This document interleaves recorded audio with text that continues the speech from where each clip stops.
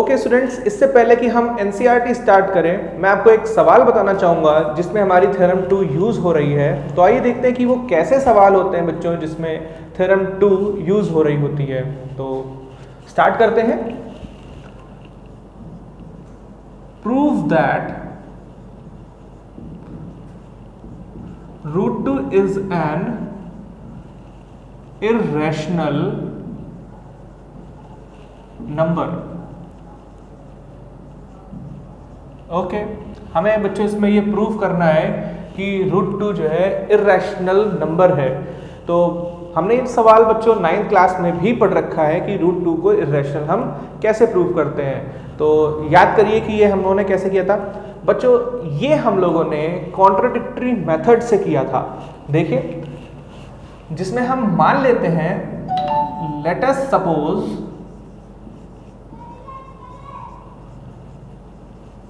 that root 2 is not irrational,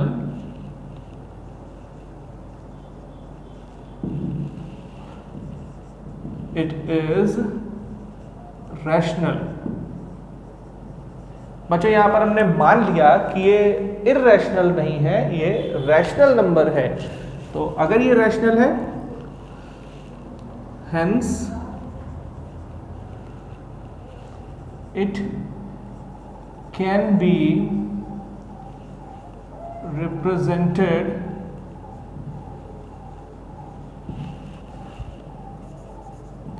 in the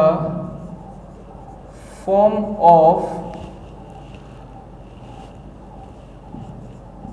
P upon Q, where P and Q are integers, where Q not equals to 0 and P and Q are co-prime। देखिए बच्चों, हमने क्या मान लिया कि root 2 एक irrational number नहीं, rational number है। और अगर ये रैशनल नंबर है बच्चों, तो इसको हम P अपॉन Q की फॉर्म में लिख सकते हैं। प्लस जो P और Q होते हैं वो हमारे इंटीजर्स होते हैं, जिसमें डिनोमिनेटर 0 नहीं होता है।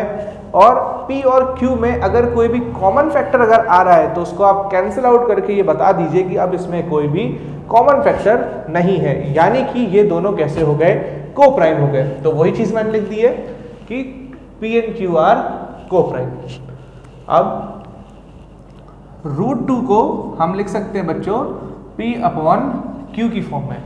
तो हम P को क्या लिख देंगे, हम P को लिख देंगे Q रूट 2। इसको हम स्क्वायर करा देते हैं, P स्क्वायर बराबर 2Q स्क्वायर। ये हो गया बच्चों first.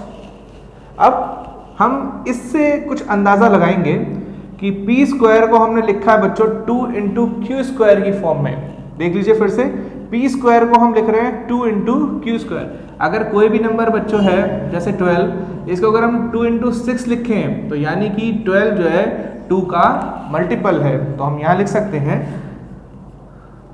P square is a multiple of 2, और we can say that 2 divides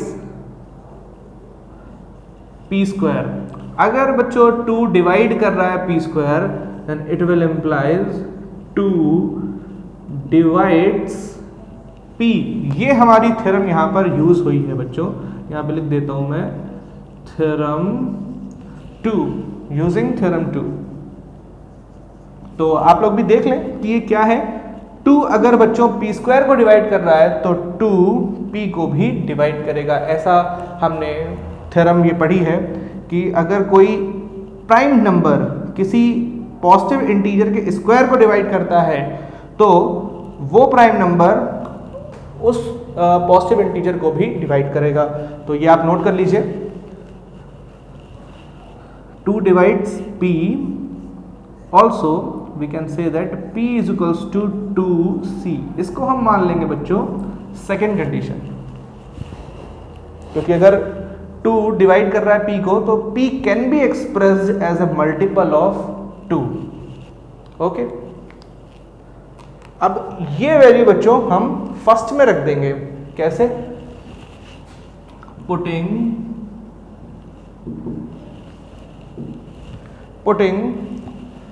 value of p from equation second in first. Okay, तो क्या मिल जाएगा? p को अगर हमने यहां रख दिया तो ये हो जाएगा बच्चों 2c² बराबर 2q²। Okay, done. 4c² is equals to 2q², और अगर 2 से कैंसिल कर दिया जाए 4, तो which will becomes q² is equals to 2c²। अब अगर बच्चों हम ये रिप्रेजेंटेशन देखें तो हम q² को लिख रहे हैं 2 × c², यानी कि q² is a multiple of 2। जैसा कि हमने p² के बारे में बोल दिया था, तो हम q² के बारे में भी यही बोल सकते हैं, q² is a multiple of 2। q² is a multiple of 2। Okay, which will implies 2 divides q²। अब थ्योरम है बच्चों, अगर कोई प्राइम नंबर किसी पॉजिटिव इंटीजर के स्क्वायर को डिवाइड करता है तो वो उस पॉजिटिव इंटीजर को भी डिवाइड करेगा। तो यही बात है जो कि यहाँ पर फिर से थ्योरम वही यूज हो गई सेकेंड। तो implies 2 divides q using theorem second. Okay बच्चों, तो हम यहां पर लिख सकते हैं q is equals to 2d, यहां पर इसको मान लीजिए थर्ड। अब देखिए सेकेंड में हमने लिखा था p is a multiple of 2, यहां पर लिखा था थर्ड में कि q is also a multiple of 2, यानी कि p और q के बीच में एक कॉमन मल्टीपल आ रहा है, या कहें कॉमन फैक्टर आ रहा है जो कि 2 है। तो यहां पर ये हमारी बात गलत हो गई बच्चों, जहां पर हमने माना था that p and q are coprime. तो यही हमारा इसका कॉन्ट्रडिक्शन है इस सवाल में। तो हम ऐसा नहीं मान सकते that √2 is a rational number. तो वो क्या बन जाएगा? वो बन जाएगा बच्चों इररेशनल नंबर। तो आइए देखते हैं। From second and third both p and q are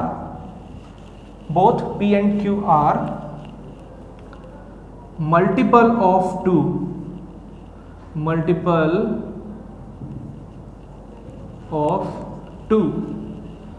or we can say that p and q are not co-prime,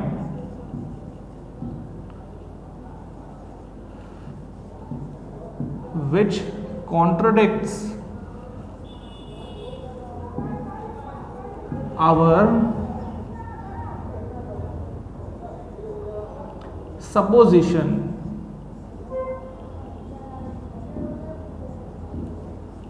okay, जो कॉन्ट्रडिक्ट कर रहा है बच्चों हमारे सपोजिशन को, और हमने सपोज क्या किया था that √2 is a rational number, तो उसको कॉन्ट्रडिक्ट कर दिया। तो अब एक मात्र रास्ता हमारे पास ये बचा कि √2 is not a rational number, √2 is an irrational number. Okay, ये भी मैं लिख देता हूं बात। तो which contradicts our supposition, hence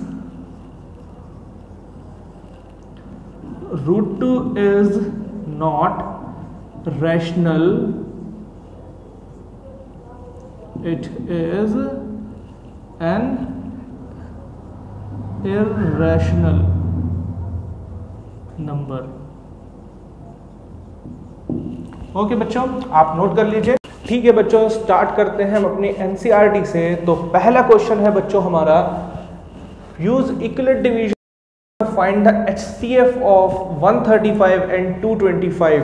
तो बच्चों पहले क्वेश्चन में हमें फाइंड आउट करना है HCF इक्विलेट डिवीजन की हेल्प से। तो आइए देखते हैं कि क्या इनका HCF आएगा और ये कैसे आएगा। क्वेश्चन नंबर 1,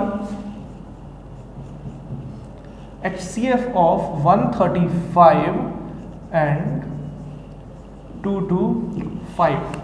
देखिए मैंने आपको बताया था कि पहले तो ये देख लीजिए कि इनमें कौन सा बड़ा है।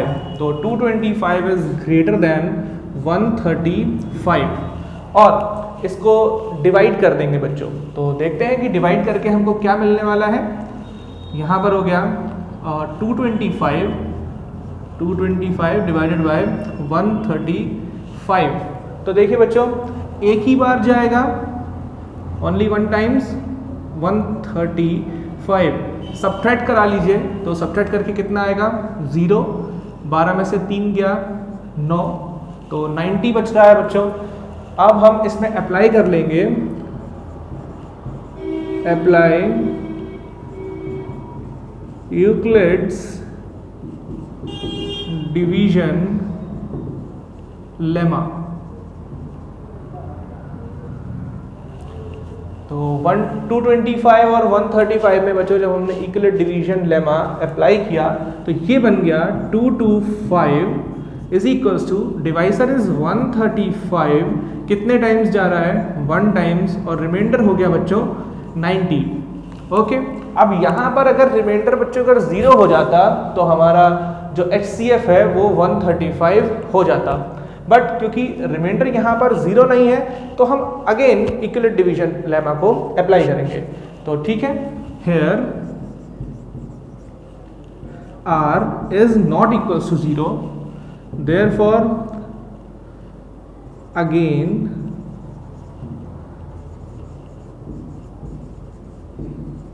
applying Euclid division lemma. Short में लिख देता हूं बच्चों, और यहां पर यूक्लिड डिवीजन लेमा अब हम काय में लगाएंगे बच्चों, रिमाइंडर में और बी में। जो पिछला डिवाइसर होता है और रिमाइंडर होता है उनके बीच में हमको यूक्लिड डिवीजन लेमा अप्लाई करना है। तो ठीक है, यहाँ पर 135 उतार लीजिए और 90 से तो 92 ज़ा नहीं जाएगा बच्चों, 92 ज़ा 180 हो जाएगा, तो 91 ज़ा 90। ओके, रिमाइंडर बच रहा है 5, 13 में से 9 गया बच्चों, 4 बच जाएगा। तो यहाँ पर भी रिमाइंडर अभी भी 0 नहीं बचा है। तो जब हमने रिमाइंडर और डिवाइसर में यूक्लिड डिवीजन लेमा अप्लाई किया तो कितना आया, again apply Euclid division lemma between 135 and 90। तो 135 यहाँ पर अभी डिविडेंड हो चुका है और ये बन जाएगा 90 इंटू 90 बच्चों हमारा डिवाइसर हो गया है, 91 ज़ा 90 plus 45। Again R is not equal to 0, therefore again apply Euclid division lemma between, किस किस में अप्लाई होगा, हमेशा डिवाइसर, पिछले डिवाइसर और रिमाइंडर में। तो देखिए अभी जो रिमाइंडर है वो 45 है और यहाँ पर 90 है, जस्ट उसी वाले स्टेप में आप अप्लाई कर दीजिए। पिछला वाला अगर कहें तो ये हो जाएगा, तो इसमें नहीं अप्लाई करना है। पिछले से मेरा मतलब ये नहीं है कि आप इसे छोड़ करके इसको अप्लाई कर दीजिए। तो ठीक है, हम अप्लाई करते हैं अपने रिमाइंडर और इस रिमाइंडर और इस डिवाइसर के बीच में। तो ये हो गया 45 और 90, तो इसके बीच में हम यूक्लिड डिवीजन लेमा अप्लाई किया। तो 90 is equals to 45 into 2 plus 0, 45 2 ज़ा बच्चों 90 हो जाएगा, और अगर प्लस करें तो 0 रिमाइंडर है। तो यहाँ पर अगर हम लगा देते हैं डिवाइसर को, यहाँ पर 45 हो गया और ये डिविडेंड हो जाएगा 90। जो पिछला डिवाइसर था वो अब हमारा डिविडेंड हो गया है, 45 2 ज़ा 90 आ गया है और रिमाइंडर बच रहा है बच्चों 0। तो इस केस में जो रिमाइंडर बच रहा है बच्चों वो हो गया हमारा 0। तो here remainder is equal to 0। तो जिस स्टेप में भी आपका रिमाइंडर 0 बच रहा हो उसी का ही डिवाइसर हो जाता है बच्चों हमारा HCF। तो HCF ऑफ 225 एंड 135 इज 45। 45 क्यों लिया बच्चों? क्योंकि यहाँ पर रिमाइंडर इस स्टेप में 0 बच रहा है और जिसमें भी रिमाइंडर 0 बच रहा होता है हम उसी का ही डिवाइसर को चेक करते हैं कि वो कितना है, और वही होता है हमारा रिक्वायर्ड HCF। तो नोट कर लीजिए बच्चों, यही है हमारा फर्स्ट सवाल कि HCF कैसे निकाला जाए 135 और 225 में।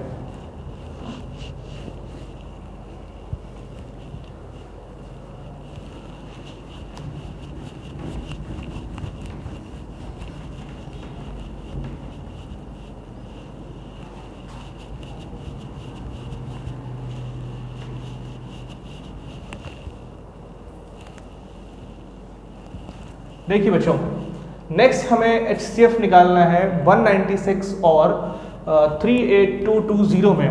तो सेकंड सवाल है बच्चों, फर्स्ट का सेकंड, HCF कंप्यूट करना है 196, 38220।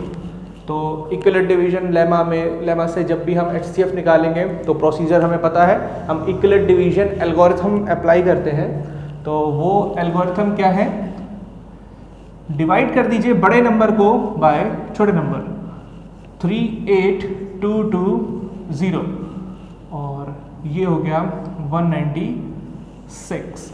ओके, देखते हैं बच्चों कि ये क्या 2 टाइम्स चला जाएगा। 196 इंटू 2, 2 6 12, 2 9 18, 19 तो नहीं जाएगा, 382 से ज़्यादा आ रहा है, दैट इज़ 392 आ जाएगा, 2 1 2 और 392 बन जाएगा, जो कि ज़्यादा हो जाएगा। तो ओनली 1 टाइम ही लिखेंगे, तो 196।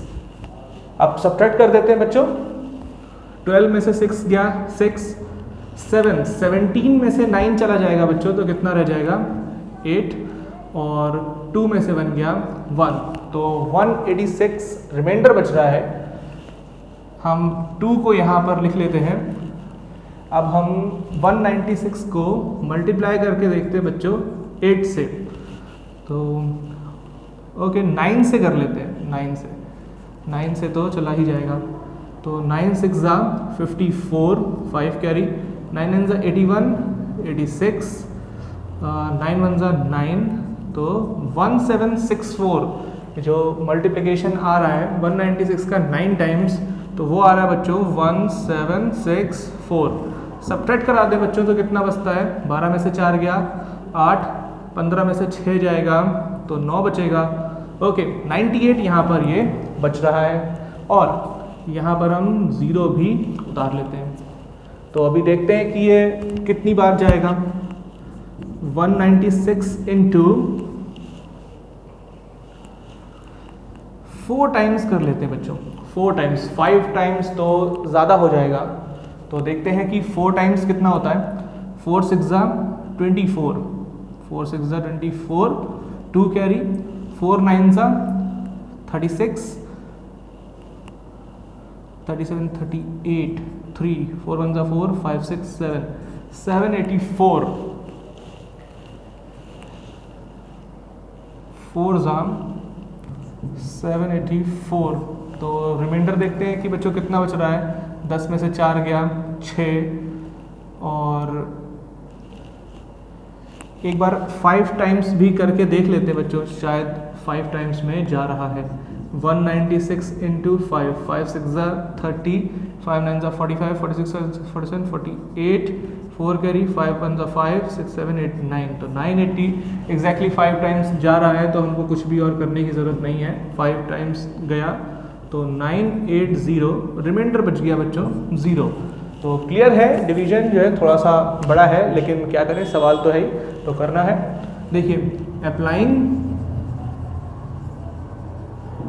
Equivalent division lemma, we have, divisor को लिख दीजिए, डिवाइसर डिविडेंड को लिख दीजिए divisor into quotient plus remainder के फॉर्म में। तो ये हो गया हमारा 38220 बराबर 196 इंटू 195 प्लस रिमाइंडर इज बच्चों 0। तो जब भी रिमाइंडर 0 आ जाता है तो हमें पता है उसी स्टेप का डिवाइसर जो होता है वो हमारा HCF कहलाता है। तो देखिए इस केस में here R is equals to 0, therefore HCF is the divisor. जो डिवाइसर है बच्चों यही हमारा HCF हो जाएगा 196। तो नोट कर लीजिए बच्चों। बच्चों ये 2 सवाल मैंने लगा दिए हैं, तीसरा आप खुद ट्राई कीजिएगा और अगर नहीं आए तो आप मुझसे पूछ सकते हैं व्हाट्सएप के ज़रिए। वैसे तो इजी सवाल है, आ ही जाएगा। ठीक है बच्चों, चलते हैं अपने नेक्स्ट क्वेश्चन की तरफ, जो कि हमारा second question. Show that any positive odd integer is of the form 6q + 1, 6q + 3 and 6q + 5 where q is some integer. तो आइए देखते हैं इक्विलेट डिवीजन लेमा की हेल्प से हम इस क्वेश्चन को कैसे सॉल्व करते हैं। देखिए question 2, let a be any positive integer. Now divide a by 6 and we receive q as quotient and r remainder. अगर बच्चों हम किसी पॉजिटिव इंटीजर को सपोज 6 से डिवाइड कर देते हैं, तो मान लिया कि q हमें एज ए क्वोशिएंट रिसीव हो रहा है और r एज ए रिमाइंडर। तो नाउ अप्लाइंग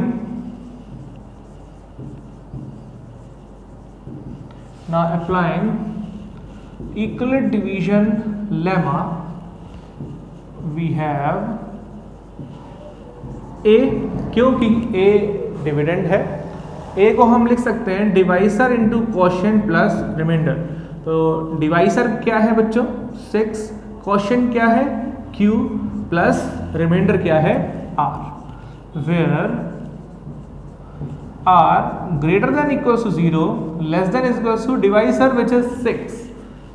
ओके, ये हमारा इक्विलेट डिवीजन लेमा लगा करके जो कंडीशन बचती है रिसीव होती है, ये वो है बच्चों। Now r can take only 6 values which are 0 1 2 3 4 5, 1 2 3 4 5 6 values r ले सकता है। तो बारी बारी से पुट करेंगे ये r की वैल्यूज इसमें और देखते हैं कि वो पॉजिटिव इंटीजर हमारे किस किस फॉर्म के होंगे। तो ठीक है, now if r is equals to 0, a बराबर 6q प्लस 0, a बराबर 6q। तो a कैसा हो गया बच्चों 6q हो गया। ओके, इसको हमने कैसे रिप्रेजेंट कर दिया 2 into 3q which is even for some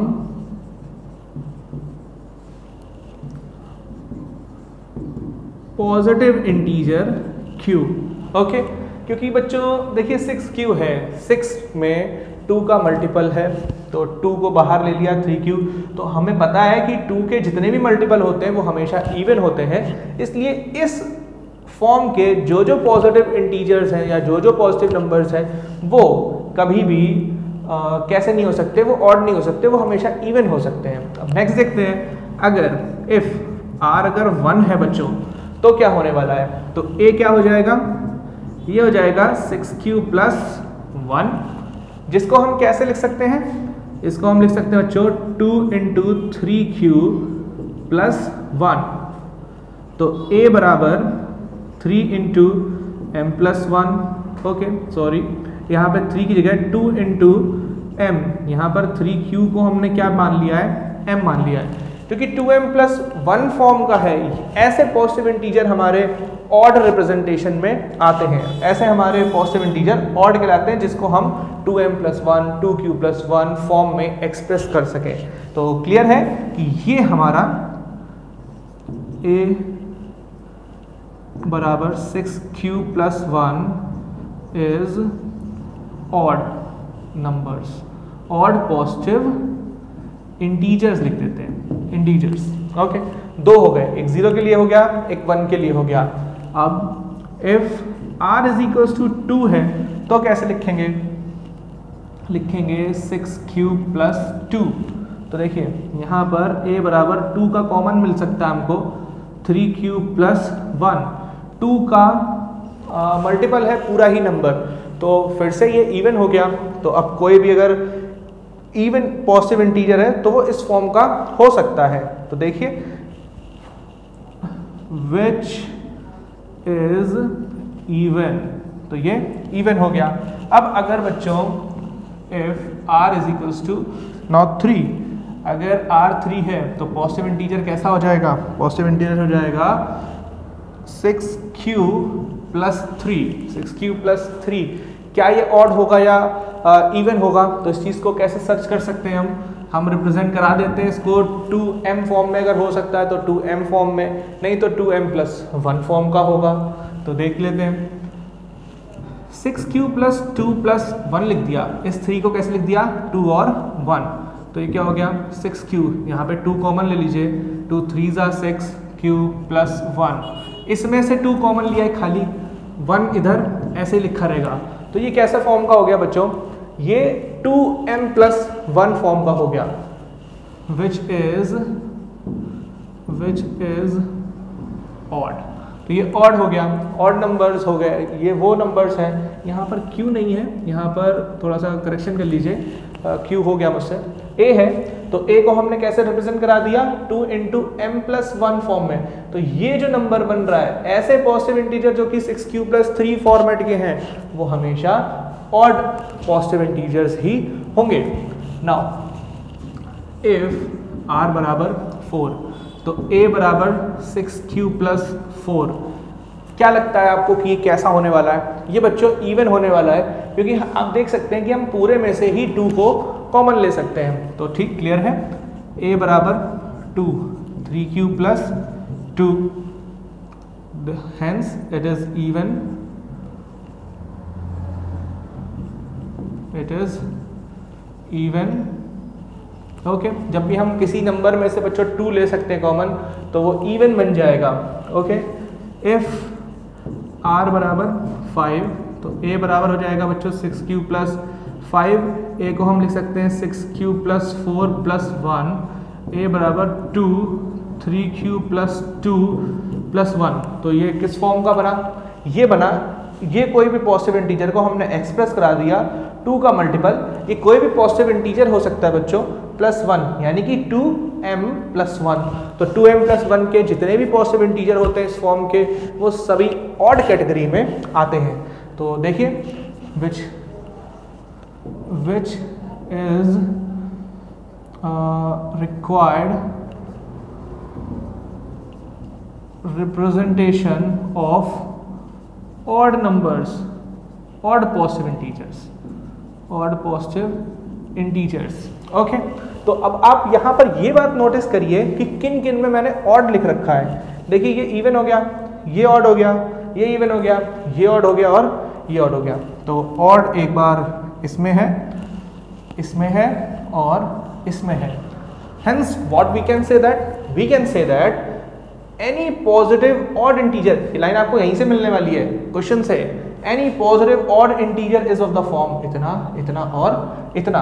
तो देखिए मैंने जो odd लिखा है वो किस किस में लिखा होगा? 6 क्यूब प्लस 1 में। तो देखिए 6 क्यूब प्लस 1 वाला odd फॉर्मेट में आ रहा है, तो odd है। फिर 6 क्यूब प्लस 3 में लिखा होगा और 6 क्यूब प्लस 5 में। ओके, मैं आखिरी क्लोजिंग स्टेटमेंट इसमें लिख देता हूँ। Hence any positive odd integer is of the form 6 cube plus 1, 6 cube plus 3, 6 cube plus 5। Okay, that's all. यहाँ पर ये हमने ठीक है बच्चों, चलते हैं हम अपने अगले क्वेश्चन की तरफ, जो कि है हमारा an army contingent of 616 members is to march behind an army band of 32 members in a parade. Two groups are to march in the same number of columns. What is the maximum number of columns in which they can march? अब देखिए बच्चों, दो groups हैं, एक में members हैं हमारे 616, एक में मेंबर्स हैं हमारे 32। तो देखिए 32 और 616 members same number of columns में ही मार्च करेंगे, पहली कंडीशन। तो हो सकता है कि भाई 616 मेंबर्स दो कॉलम में मार्च करें, एक में एक कॉलम बना दिया, दो कॉलम बना दिया। इसमें भी हमने कह दिया कि भाई 16 मेंबर्स एक कॉलम में मार्च करेंगे और 16 ही अदर। तो ऐसे दो कॉलम हमने बना पाए। तो वही हमसे पूछा जा रहा है कि मैक्सिमम नंबर ऑफ कॉलम्स हम इस तरीके से कितने बना देंगे। तो सीधे इसके आंसर तक रीच करने का जरिया यही है कि हम इसका HCF फाइंड आउट कर लें, जो कि हमको मैक्सिमम नंबर ऑफ कॉलम दे देगा, या हम कहें कि वो हाईएस्ट कॉमन फैक्टर दे देगा। तो इसमें जो जितने कॉमन फैक्टर्स होंगे, जितना कॉमन फैक्टर होगा, वही उतने ही कॉलम इसके बन जाएंगे और उतने ही नंबर ऑफ कॉलम्स इसके बन जाएंगे। याद रहे, हाईएस्ट अगर हमने फाइंड आउट कर लिया तो हम ये चीज जो पूछा जा रहा है मैक्सिमम नंबर ऑफ कॉलम, उस चीज की भरपाई हम कर पाएंगे। तो बात क्लियर है कि हम 616 और 32 का हाईएस्ट कॉमन फैक्टर कैलकुलेट करने जा रहे हैं। तो देखिए question number 3 solution. Now in order to calculate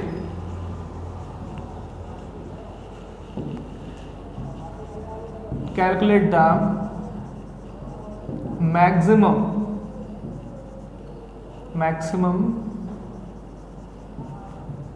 number of column in which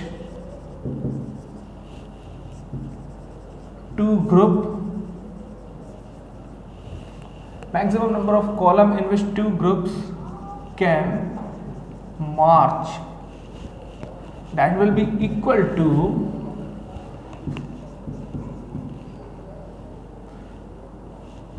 march is given by, ये भी लिख लीजिए, is given by HCF of 616 and 32। Okay बच्चों, हम HCF निकालने जा रहे हैं। बाय इक्विलेट डिवीजन लेमा ही निकालेंगे। इक्विलेट डिवीजन लेमा की हेल्प से हम 616 और 32 के बीच में HCF कैलकुलेट करने जा रहे हैं। Okay, now apply Euclid division lemma for 616 and 32। छोटा है बच्चों 32, बड़ा नंबर है 616। तो हम डिवाइड कर देंगे 616 को बाय 32। तो देखते हैं कि क्या मिलता है। 32 1 जा 32, 11 में से 2 गया 9, 5 में से 3 गया 2, तो 29 रिमाइंडर बचा। अभी हम 6 को भी लिखेंगे, 6 आ गया। तो देखते हैं अभी कितना बचता है। 32 इंटू 8 जा लिख देते हैं, 8 दूनी 16, 8 के 24, 25। तो ये आ रहा है बच्चों 256। 8 जा 256। देखते हैं कि कितना बचता है। 0, ये बच रहा है 4। तो मेरा ख्याल है एक बार और चला जाएगा, क्योंकि देख रहे हैं आप यहाँ पर रिमाइंडर बच रहा है 32 से ज़्यादा। तो कभी भी रिमाइंडर इसीलिए डिवाइसर से ज़्यादा नहीं बचता है। अगर ज़्यादा बच जाएगा तो वो 1 मोर टाइम चला जाएगा या उससे ज़्यादा बार भी जा सकता है। तो ठीक है, हम 9 टाइम्स कर देते हैं बच्चों।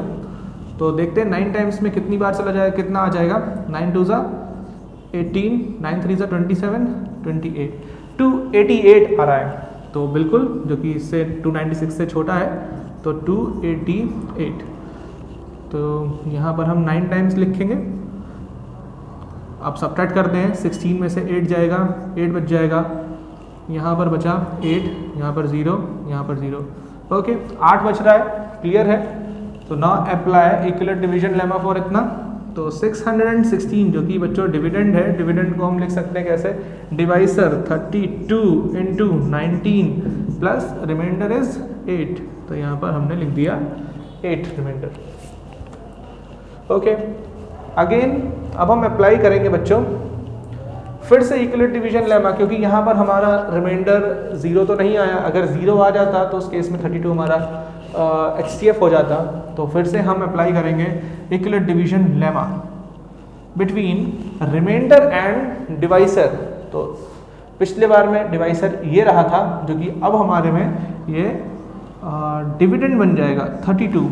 तो ये आ गया 8 4 32, रिमाइंडर बच गया बच्चों 0। तो अभी जो डिवाइसर है 8, तो वो हमारा HCF हो जाएगा। तो ठीक है, अब हम इसी चीज़ को लिख लेते हैं, हेयर r बराबर नॉट इक्वल्स टू 0, r 0 नहीं है। तो अगेन अप्लाइंग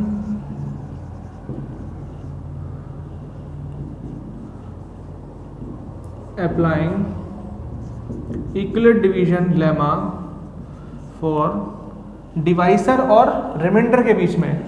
तो डिवाइसर ये था, रिमाइंडर ये था, विच इज 32 एंड 8। इसके बीच में जब हमने इक्विलेट डिवीजन लेमा को अप्लाई किया तो आ जाएगा 32 बराबर 8 4 32 प्लस 0। यहाँ पर बच्चों रिमाइंडर हो गया 0, तो हम लिख देंगे here r is equals to 0। r जब भी 0 है तो हम ये लिख सकते हैं कि जो HCF होगा 616 का और 32 का, वो हो जाएगा बच्चों 8। तो maximum number of columns in which 2 groups can march is equals to 8, क्योंकि 8 हमारा HCF है। तो 8 ही कॉलम्स में पहला ग्रुप मार्च कर सकता है और 8 ही कॉलम में दूसरा ग्रुप भी मार्च कर सकता है। तो यही हमारा आंसर है। तो नोट कर लीजिए आप लोग बच्चों।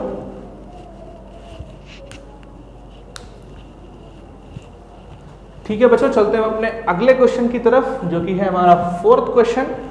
Use Euclid division lemma to show that the square of any positive integer is either of the form 3m 3m plus 1 for some integer m। मैं आपको बता दूं, ये वाला क्वेश्चन बच्चों हमने इक्विलेट डिवीजन लेमा का जो एप्लीकेशन वाला लेक्चर था मैंने उसमें बताया है। तो जिस बच्चों को ने भी ये क्वेश्चन नहीं किया है वो जा सकते हैं लेक्चर में, देख ले वो वीडियो को और इस क्वेश्चन को अच्छे से समझ सकते हैं। तो ये वाला क्वेश्चन अभी मैं स्किप करूंगा क्योंकि मैं ये करा चुका हूँ उसके एप्लीकेशन में। आई थिंक लेक्चर 2 है, पार्ट 2 देख लें आप लोग, तो आपको इस क्वेश्चन का सॉल्यूशन मिल जाएगा। तो ठीक है, हम 5th क्वेश्चन डायरेक्टली लगाएंगे, जो कि है use Euclid division lemma to show that cube of any positive integer is of the form 9m 9m plus 1 and 9m plus 8। तो किसी भी पॉजिटिव इंटीजर का cube 9m 9m plus 1 9m plus 8 इस form का ही हो सकता है, ऐसा हमें इस क्वेश्चन में प्रूफ करना है। तो आइए देखते हैं कि ये क्वेश्चन क्या है, कैसे होगा।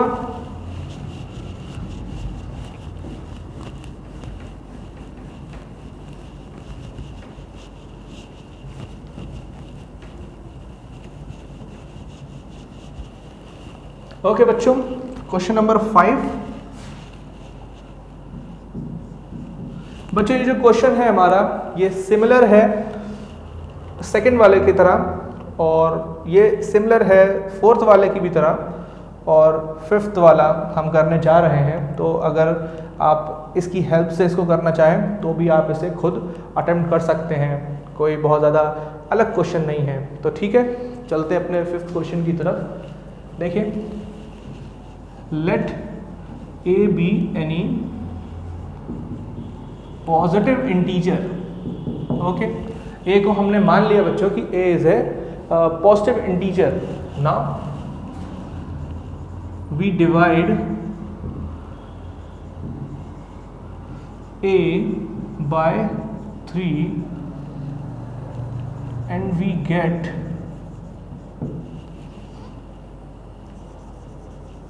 quotient q and remainder r। अगर हमने a को 3 से डिवाइड कर दिया बच्चों तो मान लिया कि हमें क्वोशिएंट q मिल जाएगा और रिमाइंडर r मिल जाएगा, तो जो कि मिल रहा है ना by applying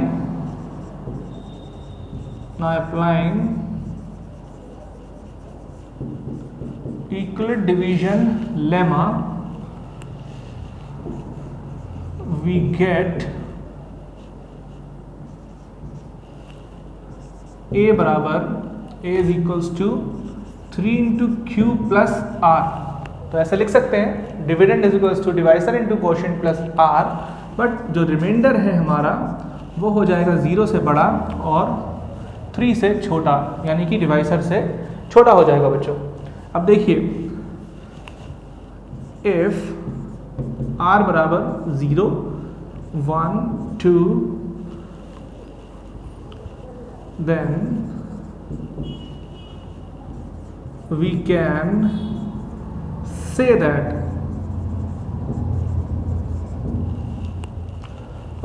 we can say that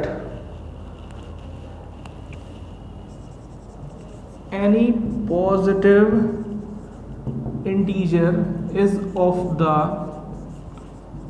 form a बराबर 3q। ये उस कंडीशन में बच्चों जब r हमारा 0 है तब, तो a पॉजिटिव इंटीजर किस फॉर्म का होगा, खाली 3q फॉर्म का होगा, और a बराबर 3q प्लस 1 फॉर्म का होगा, और a बराबर 3q प्लस 2 फॉर्म का होगा। ओके, नोट कर लीजिए बच्चों, मैंने यहाँ पर लिख दिया है कि अगर हम यूक्लिड डिवीजन लेमा को अप्लाई कर दें इसमें, और r जो कि हमारे पॉसिबल वैल्यूज़ हैं 0 1 2 3 हो नहीं सकता, 0 से नीचे हो नहीं सकता, तो यही इन इंटीजर्स के बीच के जो इंटीजर्स हैं वो ये हैं हमारे 0 1 2। तो जो पॉजिटिव इंटीजर्स होगा हमारा, r को यहाँ पर 0 रख दीजिए तो 3q मिल जाएगा, 1 रख दीजिए तो 3q प्लस 1 मिल जाएगा, और ऐसे ही 3q प्लस 2 भी मिल जाएगा। तो ये 3 पॉसिबल फॉर्म्स हैं जिस फॉर्म के वो इंटीजर्स हो सकते हैं, where q is any positive integer. तो q जो है हमारा कोई भी पॉजिटिव इंटीजर ही हो सकता है। अब देखिए,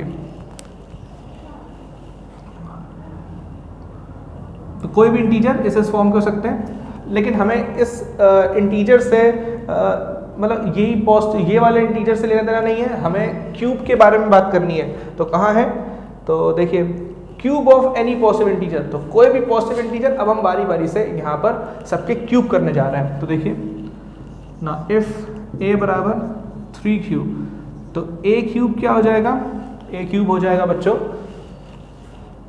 27q क्यूब। तो देखिए a क्यूब हो गया 3 इंटू 9q क्यूब। ओके, यहाँ पर लिख सकते हैं हम a क्यूब को, इसको हमें 9m फॉर्म का दिखाना है, तो 9 को बाहर लिख लीजिए, 9 इंटू 3q क्यूब, तो ये जाएगा बच्चों 9m फॉर्म। तो यहाँ पर लिख दिया हमने 9m, where m is equals to 3q cube, where m is some integer, m is some positive integer हम बोल सकते हैं। तो a क्यूब बराबर 9m। ओके, एक का हमने क्यूब करके फाइंड आउट कर लिया।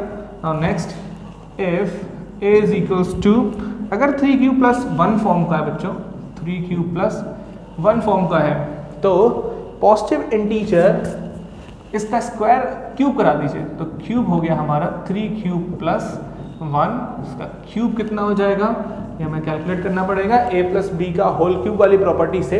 तो देखते हैं कि कितना है, a क्यूब यानी कि 27q क्यूब, b क्यूब यानी कि 1 का 1 ही रहता है, और 3a स्क्वायर b यानी कि 9 स्क्वायर इंटू b प्लस 1 का क्यूब इज, ओके 1 का क्यूब तो हम लिख चुके हैं, 3a square b, 3ab square, ab square, 1 का स्क्वायर 1 ही रहेगा। तो देखिए 27q क्यूब प्लस 1, 9 3 ज़ा 27q स्क्वायर, 3 3 ज़ा 9q। ओके, इतना आ गया। अब देखिए ये वाला, ये वाला, ये वाले दोनों, इन तीनों नंबर में से हम 9 कॉमन लेने वाले हैं। तो देखिए 9 अगर हमने कॉमन ले लिया बच्चों, तो 9 3 ज़ा 27 क्यू क्यूब, 9 3 ज़ा 27 क्यू स्क्वायर, 9 1 ज़ा 9 तो ओनली क्यू बचेगा और +1। इसको आप नोटिस कर लीजिए। अच्छा, ये जो फॉर्म बना ये कौन सा फॉर्म हुआ बच्चों? 9, इसको हम m मानने वाले हैं तो 9m+1 फॉर्म का हुआ। तो दो तरीके की फॉर्म हमें मिल गई है। अगर किसी भी पॉजिटिव इंटीजर इस तरीके का अगर हमने पॉजिटिव इंटीजर का क्यूब किया तो वो 9m फॉर्म का होगा, ये रहा। अगर हमने इस पॉजिटिव इंटीजर का बच्चों अगर क्यूब कर दिया तो वो 9m+1 फॉर्म का होगा, जो कि ये रहा। अब इसके बारे में देखते हैं कि तीसरा वाला इस फॉर्म का आता है कि नहीं। तो आइए देख लेते हैं। इसको पहले मैं कंप्लीट कर देता हूँ। You get 9m+1 where m is some positive integer. Now if a बराबर 3q + 2, अगर a कोई पॉजिटिव इंटीजर 3q + 2 फॉर्म का है तो उनका क्यूब क्या आएगा? तो देख लेते हैं। 3q + 2 का क्यूब उसी तरीके से हमको क्यूब करना पड़ेगा जिस तरीके से हमने ऊपर वाले इस फॉर्म के नंबरों का क्यूब किया था। तो देख लेते हैं बच्चों। तो ये हो गया 27q क्यूब, 2 का क्यूब इज 8, 3a² b यानी 9q² और b क्या है 2 + 3ab², 3q × 2 2 ज़ा 4। तो इस तरीके का ये क्यूब हमको मिल रहा है। तो सॉल्व किया तो कितना बना? 27q क्यूब, 9 3 ज़ा 27 q स्क्वायर और 3 3 ज़ा 9, 9 4 ज़ा 36 q और रेस्ट इज 8 बचा। अब यहाँ पर हम लिख लेंगे, कॉमन ले लेंगे बच्चों 9 3 ज़ा 27 q क्यूब, 9 3 ज़ा 27 q स्क्वायर, 9 4 ज़ा 36 4q हो गया +8। ओके, तो 9 हमने कॉमन ले लिया इसमें से, तो ये 9 इस पूरे को यहाँ पर इस बार हम m मानने वाले हैं तो 9m+8 फॉर्म का हो गया। तो क्लियर है आई थिंक कि कोई भी पॉजिटिव इंटीजर को पहली बात तो हम इस और इस फॉर्म में लिख सकते हैं। अब इन पॉजिटिव इंटीजर का जो हमने क्यूब किया तो क्यूब करने के बाद हमको मिला या तो ये 9m फॉर्म का होगा या तो बच्चों ये 9m+1 फॉर्म का होगा या फिर ये 9m+8 फॉर्म का होगा। तो ठीक है, मैं कंप्लीट कर देता हूँ। 9m+8 where m = 3q cube, 3q square + 4q। Done. आखिरी क्लोजिंग स्टेटमेंट में ये लिखने जा रहा हूँ, hence cube of any positive integer can be of the form 9m, 9m+1, 9m+8। Okay, आप लोग नोट कर लीजिए। फिर एक चीज़ मैं और आपको बताना चाहता हूँ। मैंने एप्लीकेशन जिसमें यूक्लिड डिवीजन लेमा के मैंने एप्लीकेशन समझाए हैं, मैंने उसमें भी बताई है ये बात कि हमने यहाँ पर 3 ही क्यों लिया, हम कुछ और ले सकते थे। देखिए बच्चों, 3 के बाद फिर हम ले पाते तो हम 9 ही ले पाते, क्योंकि हमको जो प्रूफ करना है वो 9m का मल्टीपल से रिलेटेड चीज़ प्रूफ करनी है। तो बीच में या तो 6 पे भी हो सकता था, ऐसा नहीं कि 9 लेना पड़ता, 6 से भी हो जाता। लेकिन 6 के लिए सोचिए r हमारा कितना दूर तक चला जाता। तो ये आपको थोड़ा सा ध्यान में रखना पड़ेगा कि अगर यहाँ पर जो प्रूफ करना है हमें वो 9 डिवाइजर से रिलेटेड है जो कि क्यूब करके आएगा 9, तो हम 3 ले सकते हैं। क्योंकि 3 का भी यहाँ पर जब इस जगह पर हमने क्यूब किया तो 3 ही था, 3 की ही था, लेकिन जब क्यूब किया है तो उसमें 27 बनाया तो 9 ईजिली कॉमन मिल सकता है। इसलिए हमने इस चीज़ को ध्यान में रखते हुए 3 लिया, 4 नहीं लिया, 2 नहीं लिया। तो ये चीज़ आपको थोड़ा सा कॉमन सेंस है, ये आपको यूज़ करना पड़ेगा इस चीज़ को। तो नोट कर लीजिए, बस यही है, छोटी सी बात है, आप लोग ध्यान रखेंगे तो इजीली हो जाएगा, कोई भी दिक्कत नहीं आएगी। नोट कर लीजिए आप लोग। बच्चों, ये कुछ क्वेश्चंस मैं यहाँ पर आप लोगों के लिए डाल रहा हूँ। अगर आप लोगों ने मेरे वीडियो देख रखे हैं, अच्छे से रियल नंबर चैप्टर को समझा है, तो आप ये कुछ क्वेश्चंस को प्रैक्टिस करके देखिएगा, बहुत अच्छा रहेगा, बहुत इजी क्वेश्चंस हैं, आप लोग निश्चित ही इन सवालों को कर पाएंगे। All the best, thank you.